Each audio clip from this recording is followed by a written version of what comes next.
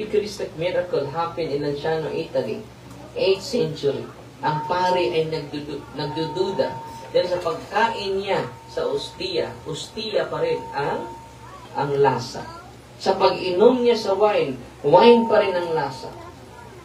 Noong nangyari, noong nagmisa siya, nabigla siya dahil ang buong tinapay ay naging laman ng tao na may dugo. Nangyari ito sa Lanciano, Italy, 8th century. At yung dugo, ay yung wine, yung alak, buong alak ay naging tunay na dugo. Nangyari ito, 8th century. Pero ang mga obispo natin, nakikita nila na hindi na-decompose, hindi madaot.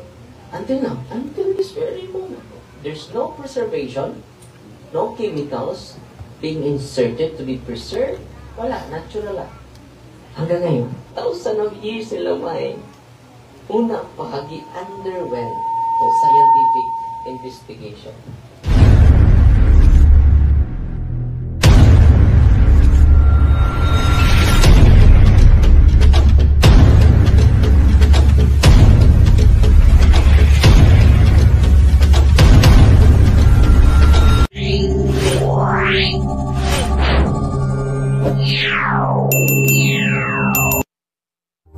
Miracle ba na nangyari sa Protestante? Wala, ni isa.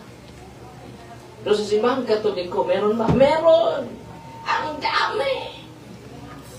Hindi na mabilang. Like for instance, the Eucharistic miracle happened in Lanciano, Italy, 8th century. Ang pari ay nagdududa dahil sa pagkain niya sa ostia pa rin ang lasa.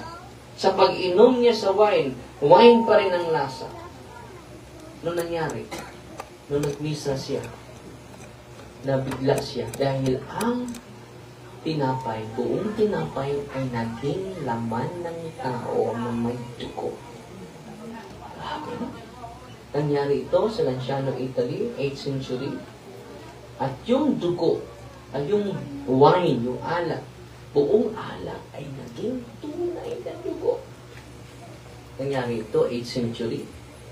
Pero ang mga obispo natin, nakikita nila na hindi na-decompose, hindi madaot.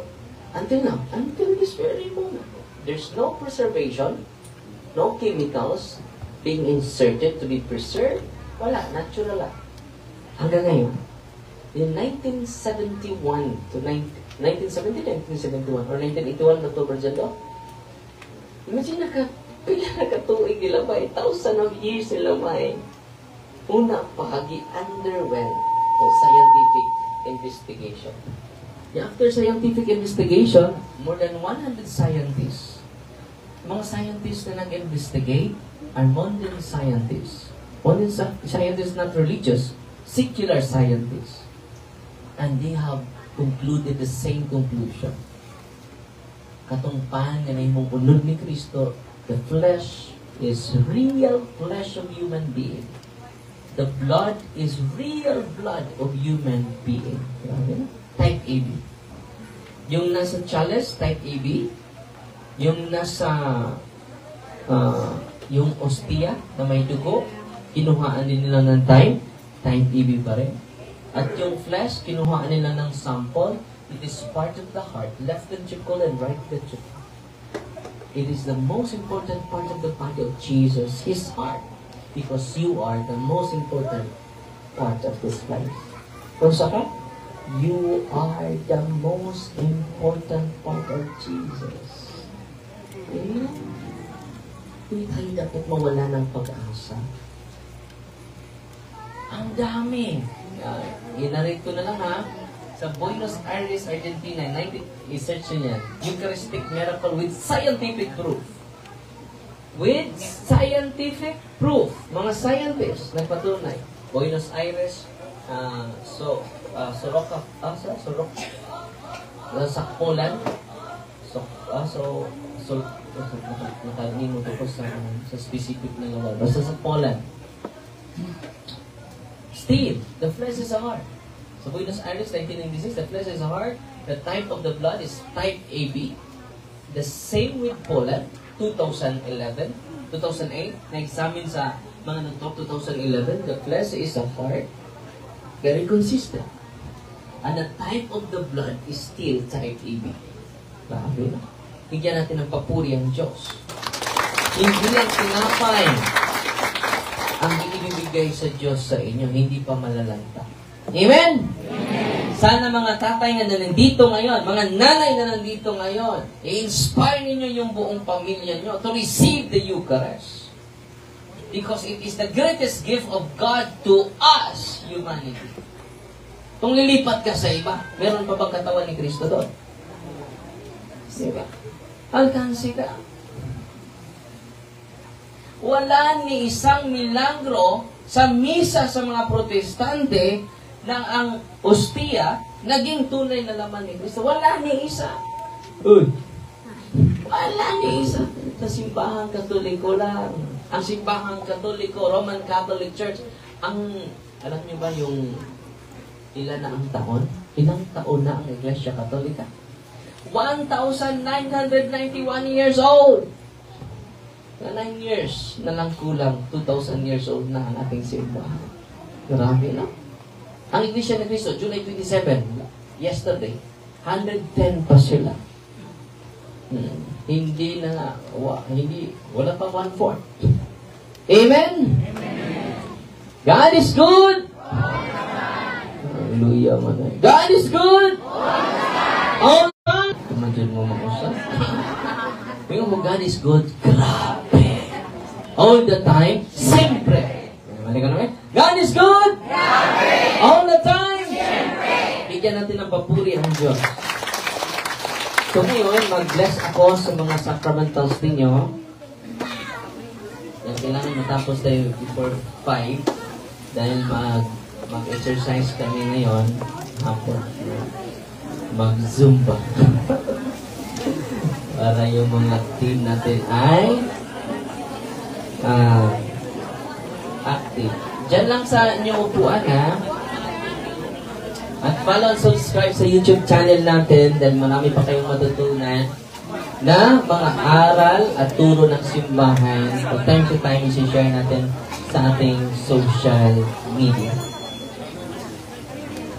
In the name of the Father, and of the Son, and of the Holy Spirit, our help is in the name of the Lord, who made heaven and earth.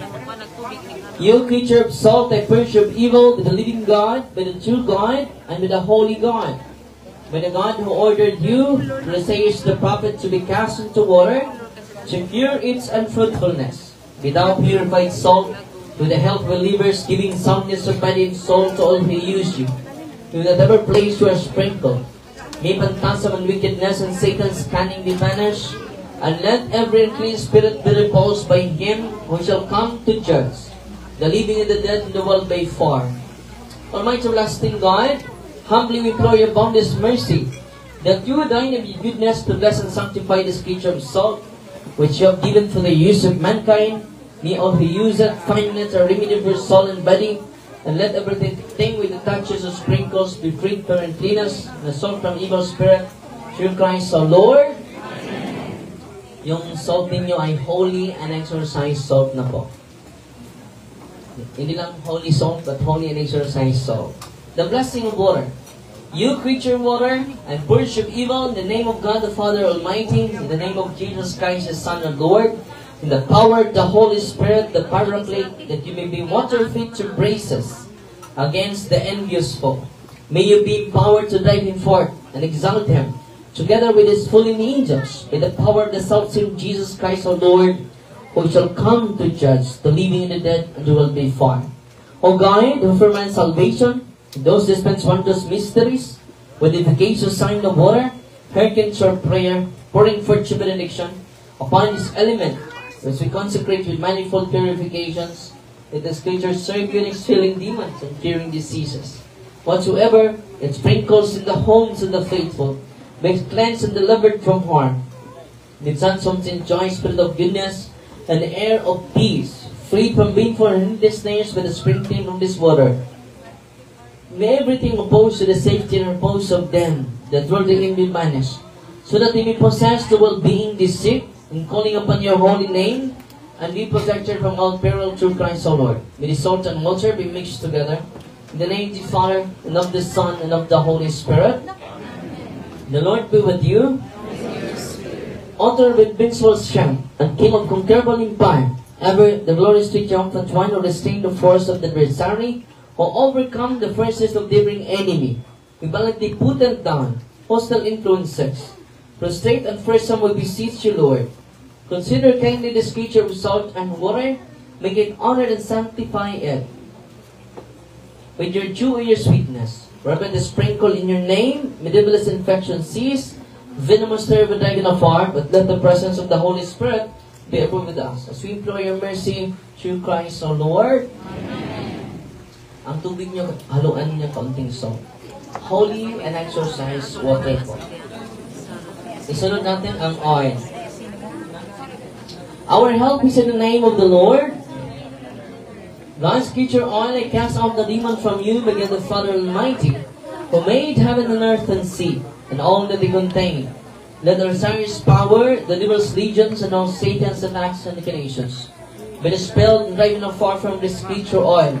May that bring health in body and mind to use it. In the name of God the Father Almighty, in the name of Jesus Christ, the Son of the Lord, in the power of the Holy Spirit, the Advocate, as well as in the love of the same Jesus Christ our Lord, who is coming to judge both the living and the dead, and the world by fire. Lord God Almighty, before whom the hosts of angels stand in awe, and also the service of acknowledgement, please shoot your guard, privilege to bless and hallow this creature oil, which your power has been pressed from the juice of olives, you have ordained it to attain the sick, so that when made well, they may give thanks to you, the living and true God. Grant we pray that those who use this oil, which are blessing in your name, may be delivered from all suffering, all infirmity, all wants of the enemy. Let it be a means of averting any kind of state for man, made your image, and ordained with his blood in your Son, so that he may never again suffer the sting of the serpent, through Christ our Lord. Lahat yan yung olive oil ay holy and exorcised oil. Sa mga mahal niyo sa buhay, nandun sa ibang bansa, kung hindi lalapit sila sa pari at tatangihan sila, every Thursday to Sunday, mag-live po tayo sa Facebook page, sa YouTube channel natin, para pwede sila ma-actual sa live natin, mag-bless yung ano nila. Kung yung pakari ay hindi mag-bless, last resort na po yung online blessing. Okay? Yung mga asawa nyo nandun sa abroad, pwede sila makapanood sa online blessing natin. Okay? Alam nyo, akala ko limited lang yung kapangyarihan ng prayer ng simbahan. Hindi pala, universal prayer po ito. Kaya nga, tinatawag tayo ng Catholic. Amen? Yung mga madre, naposes yung kanilang superior. Tumawag sa akin, Father, yung mga pari, Father, hindi mag-bless ng oil ng asin. Ano na daw yung relihiyon ko? Sakop na ba ako sa kulto? So, anong ginawa namin? Well, nag-bless ako dito sa inyo. Doon sila sa live natin. Wala magtagalog ko. Nag-lisod ng Tagalog. Narapan sa kalisod. Sa pagsasalita ng mga salitang ugat na binubuo ng mga barikos, no? So, sa mga mahal niyo sa buhay nandun sa labas, pwede niyo i-recommend yan, ha? So, paghuli, yung general blessing po, incense, candles, rosaries, Benedictine rings, Benedictine medals, Benedictine cross, rosary guide, novena, crucifix, candles, medals, miraculous medals, Saint Benedict medals, sacred images of God, sacred images of the saints, and all your religious items, Bible, CCC, Catechism of the Catholic Church. Heavenly Father, through your Son, Jesus Christ, our Lord, in obedience to Him, we embrace the ministry He has entrusted to His bride, the Church. Grant now your mercy, we pray, a very special and powerful blessing on all the religious items, that we will also use the ministry of healing, spiritual liberation, and exorcism. Then through the blessing you bestow, may it be a very potent and terrible weapon against the attacks of the evil one and his legions. May these religious items might restrain the devil and his demons and all unclean spirits, rendering them powerless, unable to harm the afflicted your peace and people, to whomever these are used in the exercise of the ministry wherever it is kept. Maintain and diabolic spirits flee in fear, never daring to harm nor even approach. This we ask in the name of Jesus Christ our Lord. Amen. Lahat ng religious items ninyo ay holy and exercise sacramentals na po. Asan na gamitin nyo po yan? Yung holy and exercise salt, 4 corners sa inyong bahay, pwede nyo ilagay. At kung magtayo din kayo ng bahay, pwede nyo lagyan ng blessed and exercise cross, medals, and the Word of God, Psalm 91. And then, Our Lady of Miraculous Medal. At kayo mag-deliverance sa inyong bahay, kayo na po. Tulungan niyo po kami, hindi po namin kaya na, lalo-lalo na yung mga anak niyo na problemado, nalungo sa utang, nabaon sa utang, no? I-share ninyo at palapitin sila sa sakramento. Amen? So kung buong pamilya ay lalapit sa mga sakrament ng simbahan, gagaan talaga. Dahan-dahan mag-improve. Hindi ka na magugutom, hindi ka na mauuhaw. Meaning to say, it is not literal, meaning to say, God will console you every problem you are facing. Bigyan ka ng consolation ng Diyos na hindi mabigay ng pera, hindi mabigay ng tao, mabigay lang sa kanyang tunay na iglesia. Bakit? Ang kanyang iglesia ay kanyang katawan. Ang simbahan ay ang katawan ni Kristo at si Kristo ang ulo ng kanyang simbahan. Amen? Amen. God is good! Amen. All the time! Amen. By the way, ang proceeds sa mga religious items na na-avail ninyo ay tinutulong natin sa ministry at sa mga scholars. Yung mga hindi seminarista, mga 35 scholars na natulungan. Plus 15 seminarians. No? Bakit ang ministry ay tumutulong sa gustong magpari? Dahil kulang tayo sa pari. Ipadala natin sa Africa, ipadala natin sa Basilan, no? Ipadala natin sa Saudi, sa Hamas, no? Parang may mga missionary na tayo doon. So maraming lumalapit. Ngayong taon na ito ay 8 ang lumapit sa atin na magpatulong para baka may 2 lang maging pari dyan, okay ba? No? At nakatulong ang suporta sa mga supporters din natin worldwide. Amen? At pasensya na kayo sa lugar. Sa sunod na araw, pupunta tayo. May nagbigay natin sa Lila. Hindi na tayo tutuloy sa Balilihan. Doon na tayo sa Lila. Tutuloy. May nagbigay natin ng 1.2 hectare. Perma na lang ang kulang. No? Tatanim kami ng nangka doon galing sa Leyte. Ang sarap ng langka nila. Nangka, no? 16 varieties. Sa pagkain ko ng kanilang langka, nakalimot ako sa pangalan ko. Ang sarap. Sino ba ako? At ilibot namin yan, itatanim namin yan, mga fruit-bearing trees. Kapag mamunga, huwag na kayong magpaalam sa amin. Kunin nyo na. Dahil atin yun. It is owned by the Diocese of Tacbilaran. It is not owned by Father Daniel. Amen?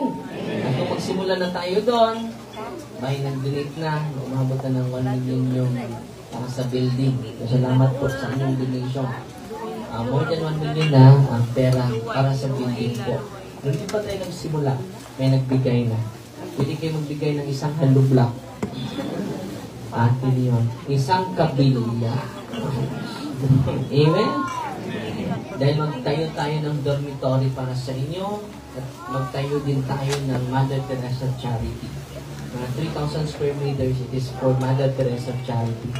Sino ba yung beneficiary niyan? Yung mga buang na naglalakad-lakad sa kalsada. Walang nag-take care. Mga kapatid natin sila, di ba?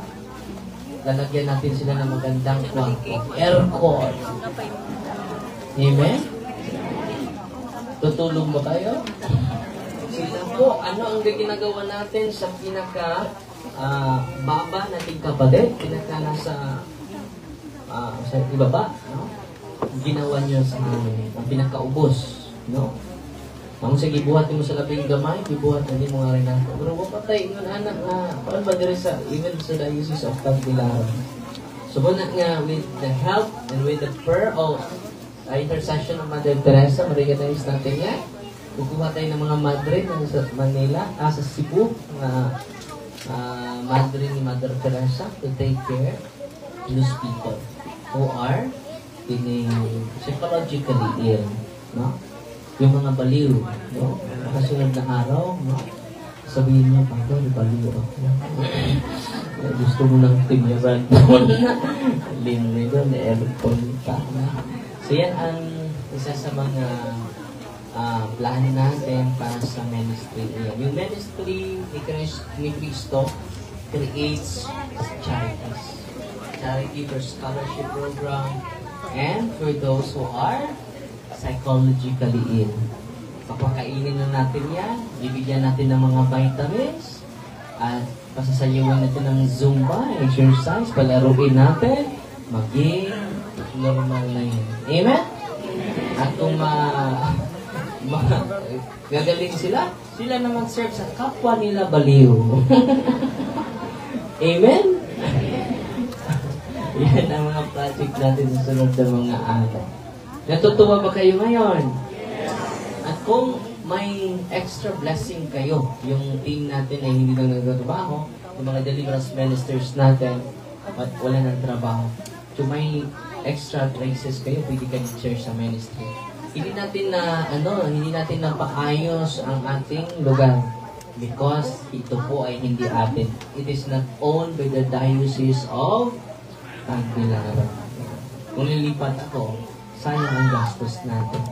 Pumunta yung benefactor ko dito, Father, ayos natin ito. So, huwag mo yan ayusin. Dahil hindi yan owned by the Diocese of Tagbilaran. So, i-donate na 1.2 hectare for the Diocese of Tagbilaran. Hindi po sa pangalan ko. Tumitando ko sa pangalan ko. Wala naman akong asawa. Wala din akong anak. Kung mamatay si Brother Darwin, ma-interno yung pamilya ko. Dahil mag-away na sila. Sinusunod sa 1.2. So it should be given to the Diocese of Tagbilaran. Naisilang tayo na wala. Mamamatay din tayo na wala. Amen? Yung pera mo sa bangko, madadala mo yan? Sige, dalhin mo yan. Sa kabaong mo. Ano mangyari sa'yo? Lungkapon ka. Sa mga kawatan. Totoo, hindi. Wala ka madala yung madala. Yung madala natin, yung generosity natin like Jesus. Be generous. Dahil marami tayo sa atin, ay kuripo tayo eh. No? Be generous. Because God will also, you will be abundant by the generosity of God. Amen? God is good! All the time! So kayo na ang mag-consecration of senses sa inyong buong pamilya. At ang prayer po ay nilagay ko po sa Facebook page ko po para magamit niyo po. At meron pa akong idadag na prayer, yung renouncement ng spiritual healing. Kailangan yung renouncement ng spiritual healing, solid po, nandito, ipopost ko sa this week, sana natapos na ni Brother Johnny, this week, in front of the Blessed Sacrament po, or Blessed Tabernacle, sa harap ng tabernacle ng simbahan ninyo, magdugod ang buong pamilya, and then renounce it with great devotion. Bakit hindi nagbabago tayo? Dahil we never renounce the generational sins and generational curses. Nandun po sa prayer. At hindi ko po kaya na isa-isahin ko kayo. So, isi-share ko na lang sa inyo ang prayer. Amen? This week, give me this week. Then, ini-improve pa. Bago ko lang na-realize na gusto ko i-share sa inyo. Natutuwa ba kayo ngayon? At pagsimulan ako for solemn exorcism dito. At kung may sisigaw dito, huwag kayong tatakbo. Habulin nila kayo. Kapag magsisigaw na sila, meaning to say, doble na yung takot nila. Amen! Gusto ko, while nakikinig kayo, at sa pag-uwi nyo sa bahay ninyo, dala nyo na ang yung pananampalataya. Hindi na takot. Ang nagpuno sa inyong puso at isipan. Amen! Sa paglabas nyo sa gate sa ating healing office, puno na kayo ng pananampalataya. Puno na kayo ng pag-asa. Puno na kayo ng pananalig sa Diyos. Amen! God is good! All the time! Bigyan natin ng papuri ang Diyos. And then, mga kapatid, dito, yung mga pasyente nyo, yung family members na may sakit, kayo na magpatuloy mag-deliverance. Okay? Gamitin nyo yung Holy Exercise. Ito po ay empowerment. Hindi po ito, it is not all about us. It is not all about the ministers. But it is all about God. By increasing your faith. The center is God and your faith. Faith is our response to His invitation. God is inviting us, and our response is our faith. Yung faith pala natin, yung pananampalataya pala natin, is our response. Ikaw tayo yung pananampalataya mo. Kasi hinaluan ng superstitious belief. Totoo. Wala ka dyan doon. Wala namang mawala-wala, Father, kung totoo ka. Malaki. Dapat ibigin natin ng Diyos with whole our heart. Whole. Paano yan ma-whole? Nakunan ng 1/4. Doon sa anting-anting mo. Doon sa habak mo. Amen? So ngayon magsimula na ako dito sa loob. At okay, sisilip sa butas. So, baka mag-transfer sa iyo, no? Madagdagan yung pasyente natin. Yung security guard natin, alam nyo, may kapangyarihan siya. Hindi siya matabla ng bike. Hindi siya matabla ng kutsilyo. Hindi siya matabla ng ita. Totoo yun. Hindi talaga siya matabla. Galit na galit yan sa akin. Dahil sabi ko, sa demonyo yan. Sa live natin, makarinig siya sa reels. Pare, pakilabero. Yung security interviewin niyo sa paglabas niyo. Galit na galit yan. Yung kanyang asawa, ang unang follower natin sa social media. Nagkataon, yung asawa niya ay ng Holy Exercise Oil. Kasi imagine, hindi siya matabla ng bala, hindi siya matabla ng itak, hindi siya matabla ng kutsilyo. Pero nung pinahiran siya ng kanyang asawa ng Holy Exercise Oil, yung dala niya, napaso siya. Aray! Ang sakit! Ano ba yung nilagay mo sa likod ko? So, Holy Exercise Oil ito. Natablan siya sa Holy Exercise Oil. Pero hindi siya namatablan ng bala. So, inumin mo ito. Uminom ng Holy Exercise Oil. Ang inumin. Nawala sa sarili. Sabi ng mga demonyo, ang daming demonyo sa katawan niya. Pagpunta niya dito, pagpasok niya dito, tumba na siya. Sabi niya, Father, yung tao na subject sa galit ko, yung tao pala makapagligtas ako. Sabi niya, hindi ako tagapagligtas. Instrumento lang po. Sabi ko sa ng Diyos ang tagapagligtas ko. At siya, na kick out sa kanyang trabaho. Dahil lagi siyang pinoposes ng demonyo. At kinuha natin siya ngayon na security guard natin. Wala na siyang anting-anting. Ang gamit niya, lumapit siya sa sacrament. Ngayon, maliwalas na daw yung isip niya. Hindi na siya pulo ng galit. Hindi na siya pulo ng puot. Iba talaga. Sabi ni Father, iba yung pakiramdam ko. Mabigat ng una, wala akong direction sa buhay, pero ngayon, Father, amazing. Amen? Natutuwa ba kayo ngayon? Interviewin nyo yung security guard natin. Totoo yun. Grabe. Itong cameraman ko, si Jesus Christ, no? Oh, ang daming pumasok sa kanya. Altar boy. Pero, sa awa ng Diyos, nag-liberate yan sa Banal na Rosario. Yung lulo niya, ibang kitang albularyo dito sa Valencia. Sabi ng demonyo, Darwin, marami kami sa kanyang katawan, Darwin. Matagal na kami. Ang kanilang mga nilonimuan. Amen. Sinabihan ko ng demonyo, parurosaryuhin ko ito. Wag, Darwin! Makapangyarihan si Maria, Darwin. Huwag mo siyang huwag mong pa-recited siya ng rosaryo. Wag, wag, wag, wag. Madali ko na silang kagawas. Karon, ibalik daw? Wala na. Tapos ganyan na, amo nang gapuson. Tawa ng Diyos na liberate siya. Just imagine, altar boy.